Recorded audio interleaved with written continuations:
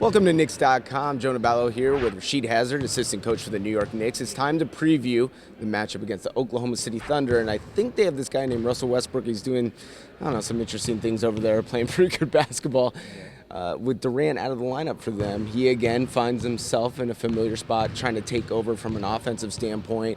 How do you see this team differently, obviously, without Kevin Durant in the lineup? I mean, obviously, without Kevin, Russell is the focal point.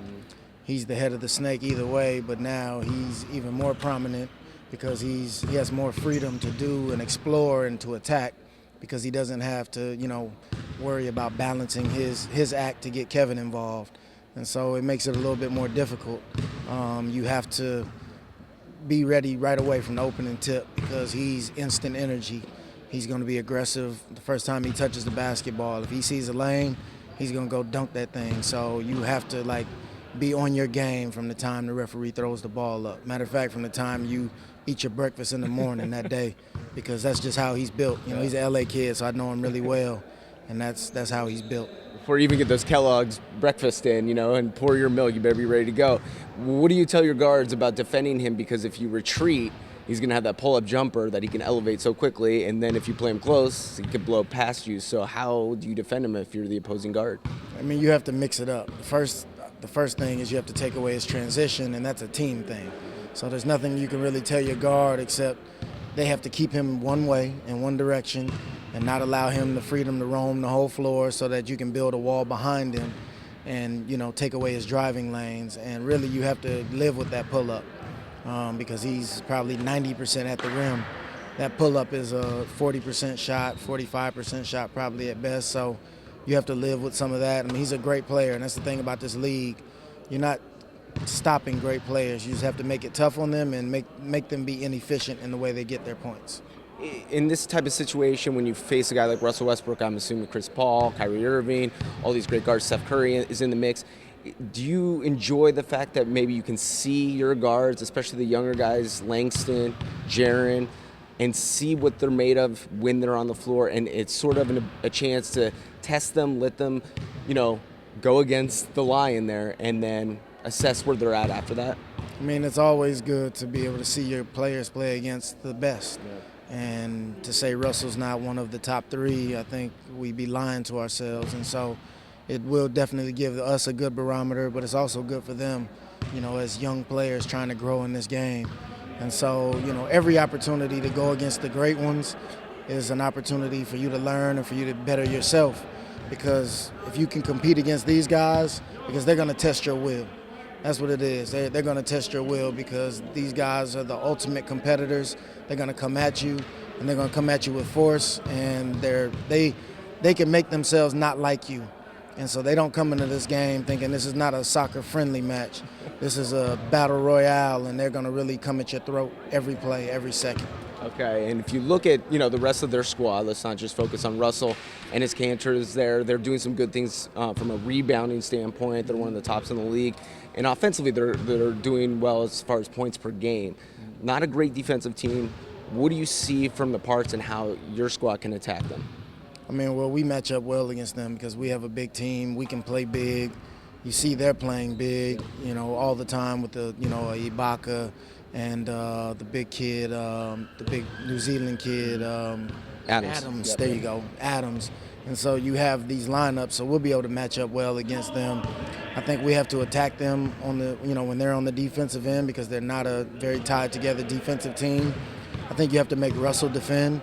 I think you have to make Russell navigate screens and not make it easy on him and hit him with those body blows and let Kevin Seraphin lay some wood on him and all those different guys.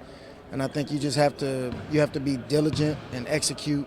And if we do that, I think we'll be fine. But we haven't shot the ball well in the last 4 or 5 games, or really all season. I mean, with the exception of 1 or 2 games. So we have to make some shots. I mean, this is the NBA. Yeah. Defense is obviously where you win, and you have to get stops to win championships. But if you don't make shots, you don't have a chance. Yeah, I wanted to bring that up. It's pretty amazing. You guys have been in almost every game, very tightly, contested, and you're finding yourself not shooting particularly well, but managing the defensive side of the floor and being able to get away with 6 wins so far this season. Is that encouraging, or are you looking as a coach the other way around? No, absolutely it's encouraging because our defense has been pretty good. I think it can be a lot better, but people don't realize that the reason this system of basketball that we play is so good is because it always keeps you in the game.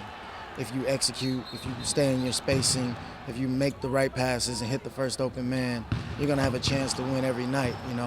Phil didn't win 11 rings on accident. Right. This offensive system it's built to balance your floor and to create defensive rebound balance. That's all built into this system.